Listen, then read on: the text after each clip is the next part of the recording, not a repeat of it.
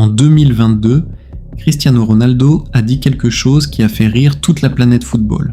Il a dit que les jeunes joueurs ne souffraient plus, qu'ils n'avaient donc plus la mentalité, qu'ils ne regardaient donc plus les grands pour apprendre.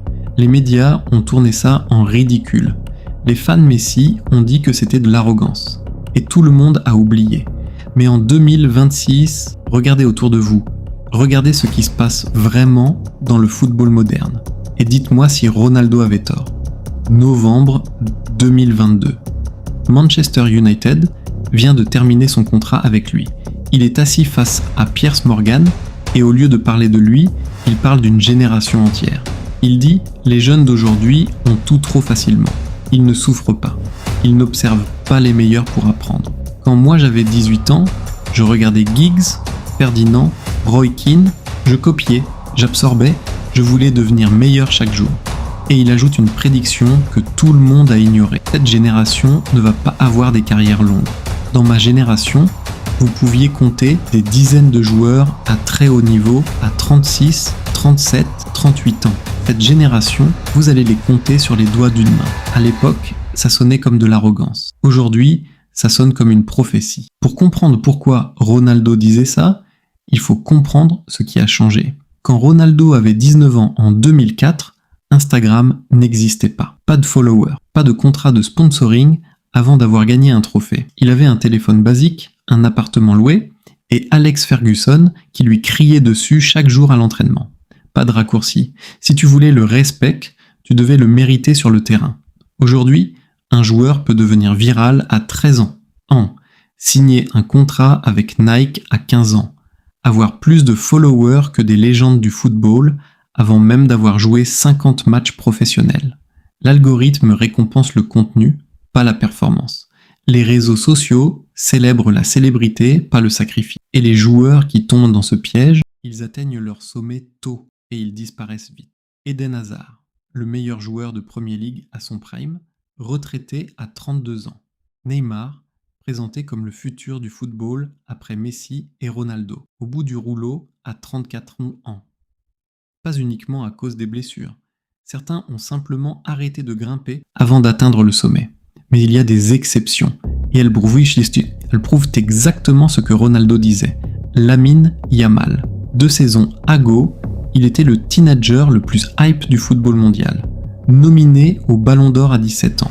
Finaliste à 18 ans, l'avenir du Barça. Mais autour de lui, le bruit ne s'arrêtait jamais.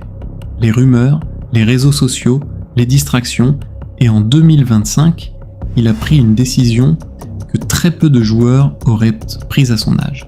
Il a quitté les réseaux sociaux. Pas parce que sa carrière allait mal, mais parce qu'il voyait ce que ça faisait à sa concentration.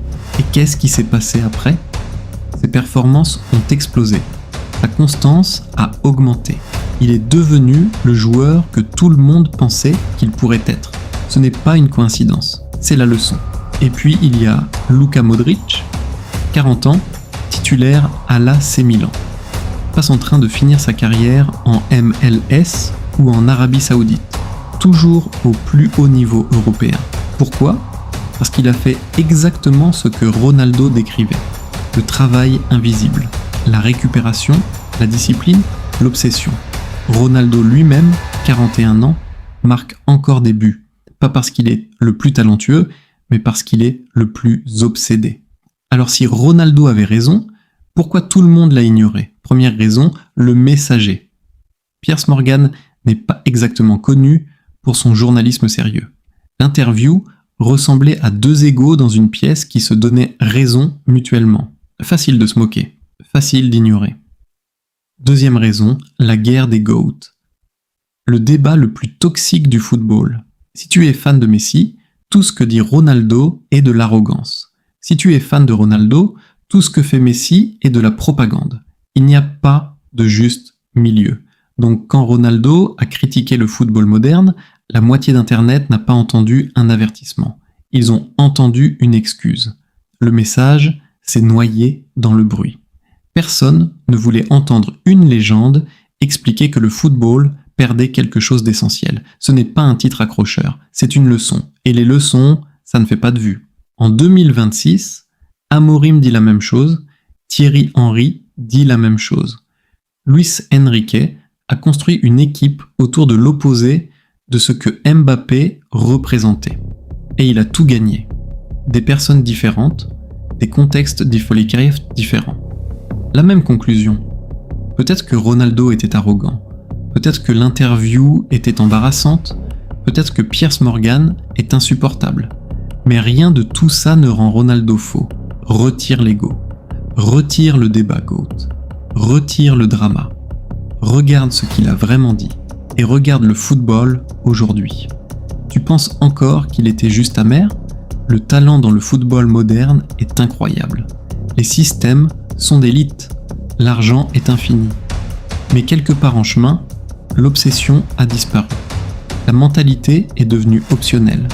Ronaldo l'a vu. Il l'a dit. Il s'est fait détruire pour ça. Et 3 ans plus tard, tout le monde commence à comprendre.